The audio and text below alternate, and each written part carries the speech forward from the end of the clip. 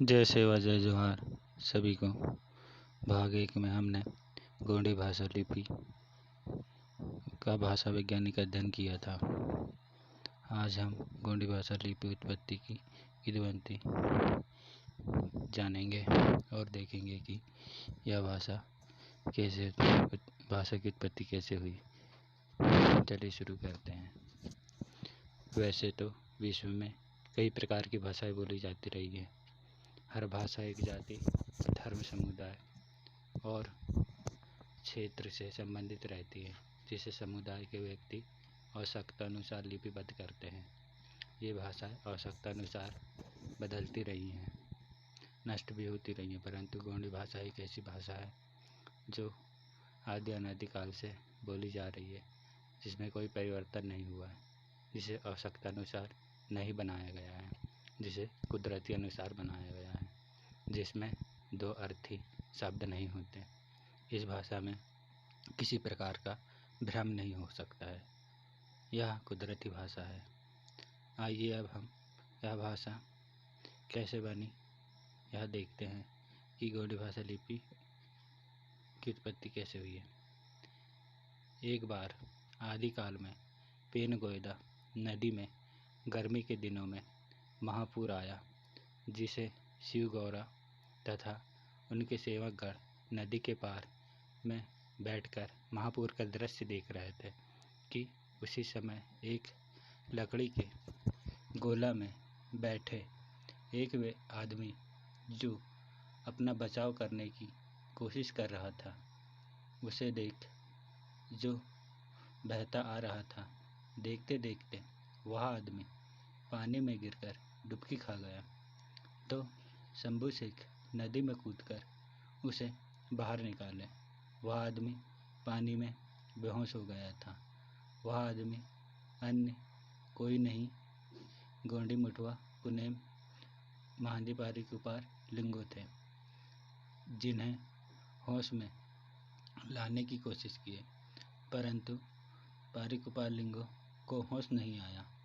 तो शिव शंभू ने अपनी डमरू गोदाड़ी से निकलकर उनके कानों के पास बजाना शुरू कर दिया। ऐसा कहा जाता है कि जब पारीकुपार के कानों में डमरू की आवाज़ का प्रथम स्वर अडंग सुनाई दिया, तब उसे स्वर का बोध हुआ और उसने स्वयं को अना में शब्द से संबोधित किया।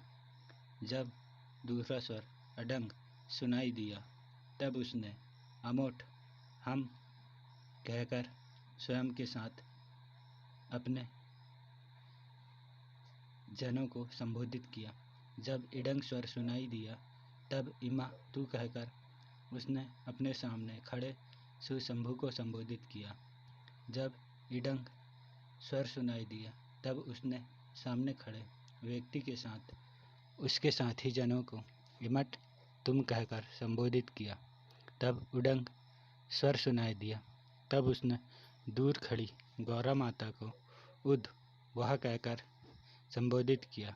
जब उडंग स्वर सुनाई दिया, तब स्त्रीलिंग माता की साथी जनों को उबक वे कहकर संबोधित किया। जब लडंग स्वर सुनाई दिया, तब उसने बाजू में खड़े शिव शंभू के साथियों को एर एर यह कहकर संबोधित किया। जब इडंग स्वर सुनाई दिया, तब बाजू में खड़े व्यक्ति को उसके साथी जनों के साथ एर्ख ए कहकर संबोधित किया। जब उडंग स्वर सुनाई दिया, तब दूर खड़े व्यक्ति की ओर से वह कहकर संबोधित किया। जब उडंग स्वर सुनाई दिया, तब उसने दूर खड़े व्यक्ति को उसके साथी जनों के साथ ओर्ख वे कहकर संबोधित किया। इस प्रकार डमरू की वाणी का ज्ञान पारीकुपार लिंगों को प्राप्त हुआ। वे होश में आए और अपना परिचय दिए।